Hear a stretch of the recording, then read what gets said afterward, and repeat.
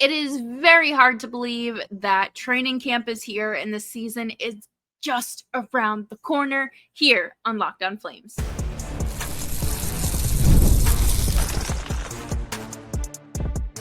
You're Locked On Flames, your daily podcast on the Calgary Flames. Part of the Locked On Podcast Network, your team every day.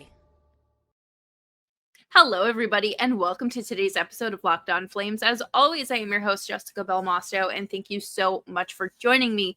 Today, we are going to talk about Ryan Huska's Honest and Raw Q&A with Wes Gilbertson, as well as players to watch on the radar ahead of training camp, and of course, the latest out of Calgary in terms of any news and updates and anything you might have missed today.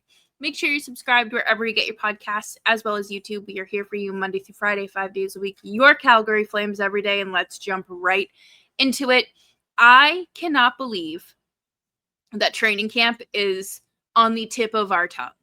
Like, we are about to peek around the corner and see training camp.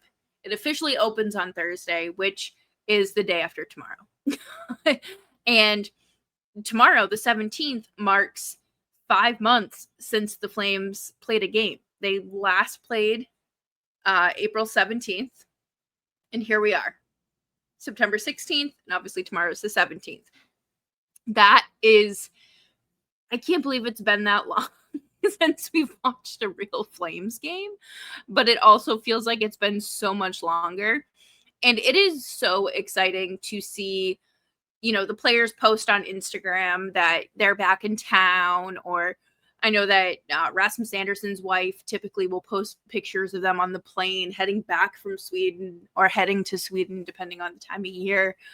So it's really like those posts are when like hockey season's starting. And then, of course, when the players come back and they're posting their own Instagram stories of them all hanging out together, as Mackenzie Weegar did over the weekend. It was great to see that the whole team got together and played some golf. The rookie showcase is out of the way. There is a lot to be optimistic about, and there's a lot to be looking forward to, as well as things to keep in the back of our mind.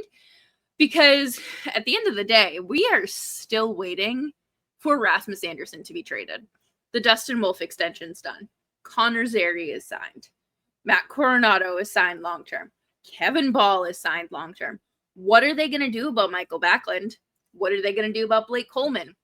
There is a whole slew of questions that need to be answered at one point or another this season. And I think that it's not going to take the front and center like other pending UFAs have in the past, because number one, I think that Coleman and Backlund are they're older. They don't draw as much attention or hype as, say, Matthew Tkachuk. But I really am excited because I think this year is going to be special. Last year was a tough one for a handful of different reasons. But this year, you're going into it with a clear vision, clearer minds, and you have essentially the same group, but you're another year in wiser and more mature. But at the same time, you're also a year further into development for your young guys. You have Dustin Wolf, who played his first full season. Matt Coronado, who had a breakout year. You're hoping to build onto that and build off of last year. And you're hoping, Connor Zary, he's a player that everyone should be thinking about throughout the season. Not just because, it took forever for him to sign an extension, but because, is he going to be a center? Are they going to play him at wing? What is his true role on this team? And is he staying healthy? Those are big questions surrounding Connor Zary. And I would even argue that there's questions similar ish to Martin Pospisil. They've tried him at center. So are they looking to keep him as a wing or just kind of flip-flop him when needed? Or, what is he doing to increase his offense? Who is he playing with? Where are we getting the most out of him? And of course, what is he doing to increase his production? And then obviously, you can look at your middle six, bottom six guys all you want, but after you're looking at those guys, your brain immediately jumps to Jonathan Huberdeau. 28 goals last season. Are we going to see anything remotely similar this year? What about Kadri? He's also another year older. Is he going to hit 30 plus goals again? What is the likelihood of that happening? And are they going to keep Coronado up on that top right wing? I think they should. But at the end of the day, there are a lot of different combinations that are going to need to be tested. And I also want to say this. Jonathan Huberdeau and his fiance welcomed a baby earlier this summer. So thankfully, they've had a little bit of time to acclimate to the newborn phase. However, the 4-month sleep regression is right around the corner for them. So I don't want to hear it about Jonathan Huberdeau being garbage when there are quite literally external circumstances keeping him up at night. But it's time to get to work. All of these players have shown that they want to be in Calgary. They want to be part of this next generation and this next wave of success in the Flames organization.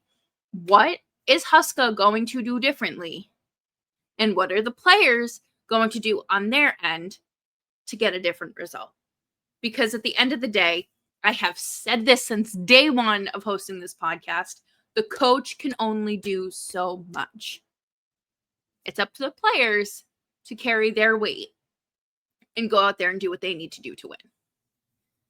And coming up next, we're going to talk about players to watch as we head into camp. We obviously don't have the full invitational roster yet, but there's a pretty good idea on who's going to be there. So we will talk about Sam Honzik, Zayne Parekh, and more coming up next here on Locked On Flames.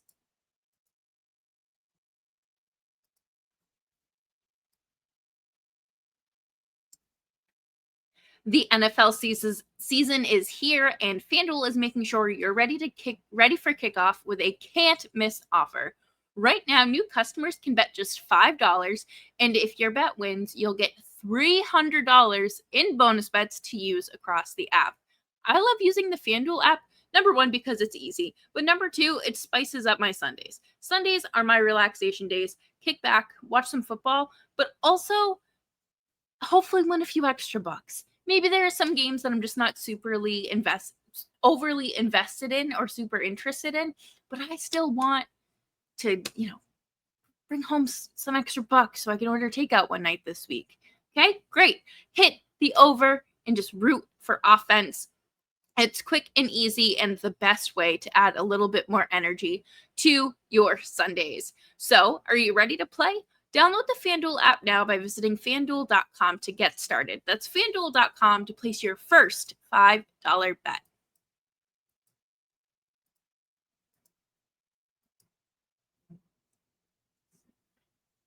Thanks, everyone, for hanging out with me today on Locked On Flames. Make sure you're subscribed wherever you get your podcasts, as well as YouTube, because we are here for you Monday through Friday, 5 days a week. Your Calgary Flames every day. It feels so good to say that again, to be back in season and to not have to be waiting another month for hockey. It is so good. And I was thinking all summer long, who are some players that you're going to want to watch? Not only throughout the season, whether, they're in the AHL or NHL, or maybe if they're in college, like Cole Reshney or Cullen Potter. But who are some players to keep an eye on? And number one, I have Sam Honzik. And I know everyone's going to say, well, he made the roster last year. Yeah, but guess what? He has put in the work. And I know, obviously, only seeing him in 2 rookie showcase games is a very small sample size, but he looks a lot more comfortable with the puck on his stick and playing a little more defensively. There was a really nice play on Sunday where he had a secondary assist on, I believe it was Gridden's goal. And it just, it was not a play Sam Honzik would have made last year. So I really like it. You know, he started the season with the Flames last year, struggled through 4 or 5 games, and then was sent to the AHL, had a fine season there. And he's put on some weight. He put on 15 pounds over the offseason. Does he think he's special? Because I think a lot of us put on weight this offseason. Just kidding.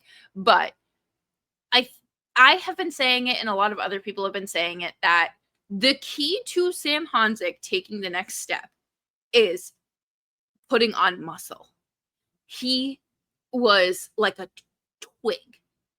If you look at pictures, I believe it was Worlds from last year, you look like you could bend him over your knee and snap him in half. But this year, he's definitely bulked up, which is good. Hopefully that protects his shoulders and anything like that from further injury. And speaking of injury, of course, I have to mention Connor Zary. Of course, Zary has over 100 NHL games now under his belt, but he is still a player to watch. He missed a lot of time last year due to injuries. He missed, I'm assuming, part of the summer, getting up to full action as he was rehabbing his knee. So where we should be seeing progress, are we potentially seeing some regression?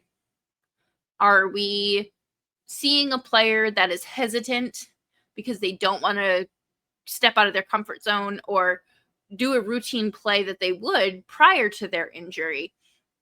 And I think something you have to keep an eye on with Zary is, of course, his skating, because he does skate with his knees open, his knees out there a little bit.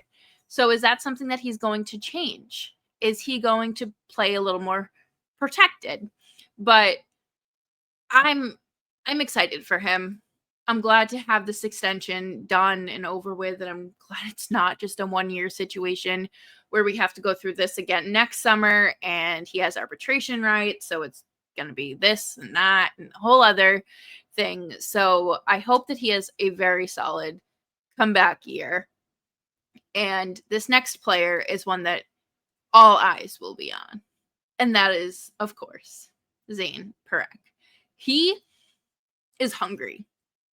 He is determined. And I think last season, obviously with him missing, him getting cut, that does something to you. That lights a fire inside of you to come back and prove that you deserve to be here and you're going to hold your own. Not just through one exhibition game. Oh, no. Through the whole season. And I think that Parekh has a lot of expectations and maybe a little bit of weight on his shoulders there, but I think he's capable of handling it. He is a player that has been talked about,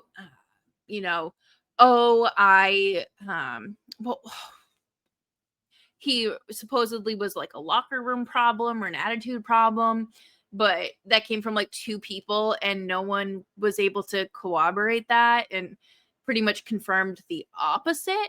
So I think that he wants to go out there and show people that he is ready to be the next Flames #1 defenseman. And I'm ready for it. He battled through a lower body injury pretty much all summer long. He was sent home from the summer showcase with Team Canada. So it's a matter now of, number one, making sure you're ready and good to go, but also being able to outplay guys like Miramonov and Jake Bean for that spot. And quite frankly, I don't think that that's going to be difficult. I think that it's going to be a tough decision for Huska to make, especially considering Jake Bean's connection to the organization and the close ties his father has. But at the end of the day, this is about playing better hockey. And I think you could stick like a mannequin out there and you'd get better defense. So the bar is not very high. However, I don't think Zayne Parekh's going to be playing a sheltered role for too long. Gridden, Matifi Gridden. My goodness. What a player to watch in the rookie showcase. Before the showcase, people were talking about him and saying, like, he's going to be like the sneaky player. He's going to be the one to watch. So, of course, like, when I hear that, my ears perk up. And they've never been more right. He was fantastic. Him and Suniev together, both are fascinating to me. I love the way that they move the puck through the zone, and they have great shots, solid releases, and are quick decision makers. That is something we need to see more of with the Flames. And I really think that they're going to make Huska's job very difficult when it comes to final cuts. But coming up next, we are going to talk about Ryan Huska's answers in a preseason Q&A with Wes Gilbertson, coming up next on Locked On Flames.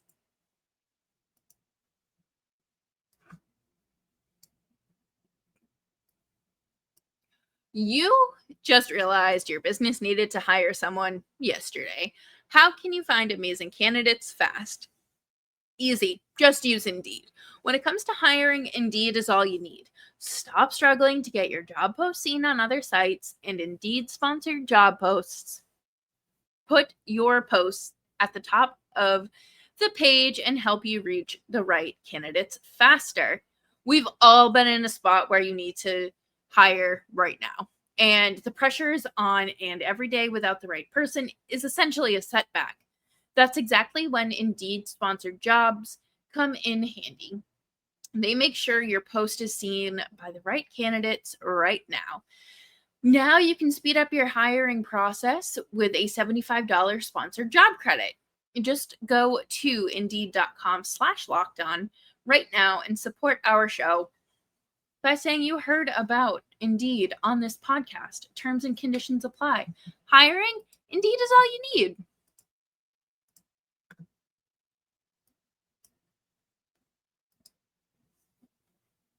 Thank you, everyone, for tuning into today's episode and making Locked On Flames part of your day. Make sure you're following me on Twitter at JustBelmosto. So today, Wes Gilbertson posted a Q&A with Ryan Huska, and he talks about the expectations for the season, Dustin Wolf and Zayne Parekh. And I think that Huska has been a blessing in terms of how open he is, because he's not like Daryl Sutter, who will give you two-word answers or sarcastic answers and give you kind of like the Bill Belichick runaround sort of deal. Huska gives it to you straight, and that's one thing I greatly appreciate about him. So let's go through some of these questions and answers, because I think that it is imperative that we all have an idea of where Huska's coming from. So the question from Gilbertson was, before we shift to the coming season, let's look back on the summer. How does a coach digest the disappointment of missing playoffs by the narrowest of margins? Huska says, for me, it was no differently than if you missed by 30 points or if you would have made it. I think you look at things that we felt like we did well as a team in the areas both analytically and via the eye test. Love that we had to improve on. And then it's about how we can go about doing that as it fits our team with the group of guys we're bringing back. So then it's just normal coaches meetings over the summer, and you come up with your plans and prepare to move forward.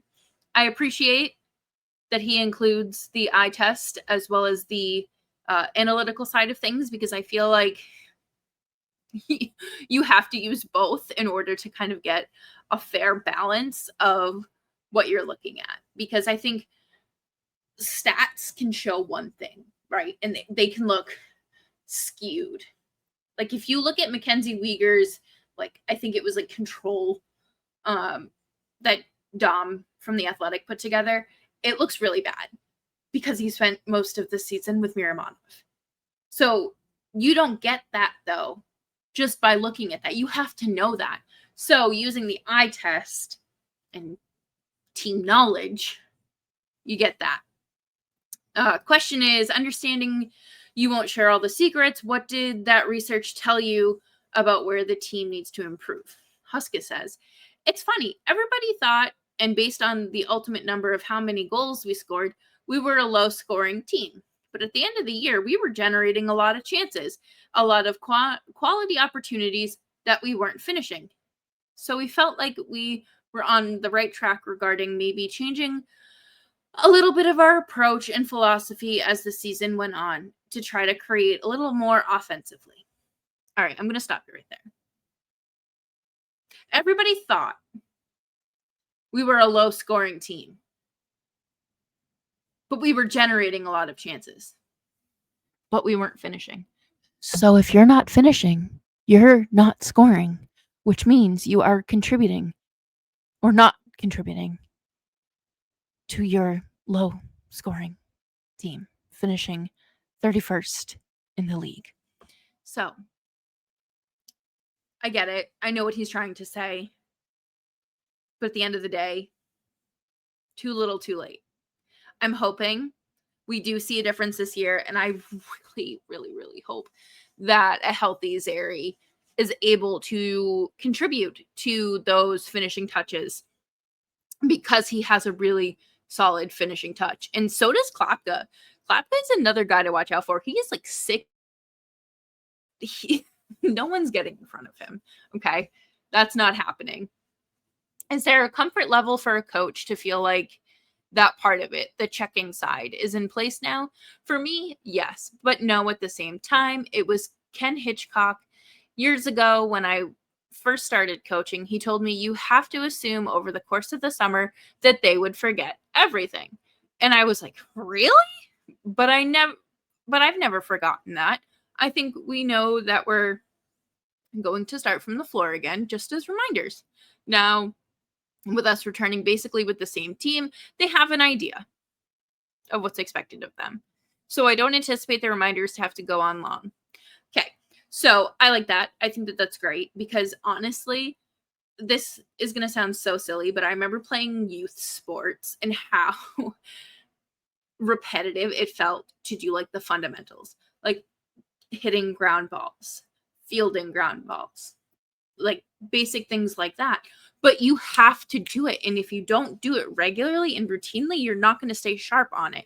And I think it's just a really good way here to put into perspective, that these guys, they're going to need a little bit, but not too long before they shift gears. And starting from the ground up is it's a good place to start. You mentioned that it's essentially the same roster as the end of last season, but is there any way that it feels different? Huska says, it feels like the same group, but more mature, if that makes sense. I think the expectations from the outside, again, are very similar to what they were last year, but it's different inside. I think they have a better understanding of how to approach that and handle it, and they still have a bit of a chip on their shoulder that they had last year, which I think is important for our team to play with edge. Okay, so that's good. Glad he gets that. One more thing I wanted to touch on, when he said playing on the edge, reminded me of Pospisil. They talk about, laying the foundation and building from the ground up and sticking to what you know.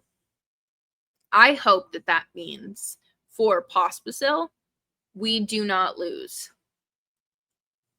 the progress that we made with his not playing, not sending people through the boards. There's a bright spotlight on blue line prospect Zayne Parekh. The buzz in the city about the 19-year-old defenseman. Is there anything a coach can do to ease him in or insulate him from all the pressure? I think this is a really good answer, and it's something that I think the Flames organization does for all of these up-and-coming guys, if not most of them. Most, if not all. Yes, I think so. It's important that the communication that Zayne and I have is really good early on, because I don't want him to feel like he has the weight of the world on his shoulders, or that he has to be the savior that is going to take the team to the promised land. That is not it at all. Zayne's objective is to come in and try to make the team, period. Nothing more than that. I'm going to try to make sure he's comfortable knowing that we're going to allow him to play his game, and we're going to work with him every step of the way. But what I do not want is for him to feel pressure that he has to do everything all at once. It's something he's going to grow into, and I feel like that's just not our coaches' jobs, but our organization's job to help young players like that along. I'm going to leave it there, because I think that's a really good message to send. And I think that one of the biggest things that people kind of have an issue with the Flames is that they're too friendly with their players rather than like coworkers. But at the end of the day, you're essentially living with these people when you're on the road. You see them every single day, whether you like it or not. And it is so important to be on the same page and to have good communication with them, and to just make sure that the expectations are laid out, completely transparent. And it's obvious that Parekh isn't going to come in here and take this team to Game 7 of the Stanley Cup final in 1 year. And if he does, I will get the Saddle Dome tattooed on my butt cheek. I don't know, but that would be insane and an incredibly unrealistic expectation for anyone to set for him. So it's as simple as he's shooting to make the team. And we will see where things line up, because camp opens Thursday. Hopefully he's healthy and ready to go, and we get to see him step into his own after an incredible year in the OHL. Make sure you're subscribed to Locked On Flames wherever you get your podcasts, as well as YouTube. We are here for you Monday through Friday, 5 days a week. Your Calgary Flames every day. And I will see you all tomorrow.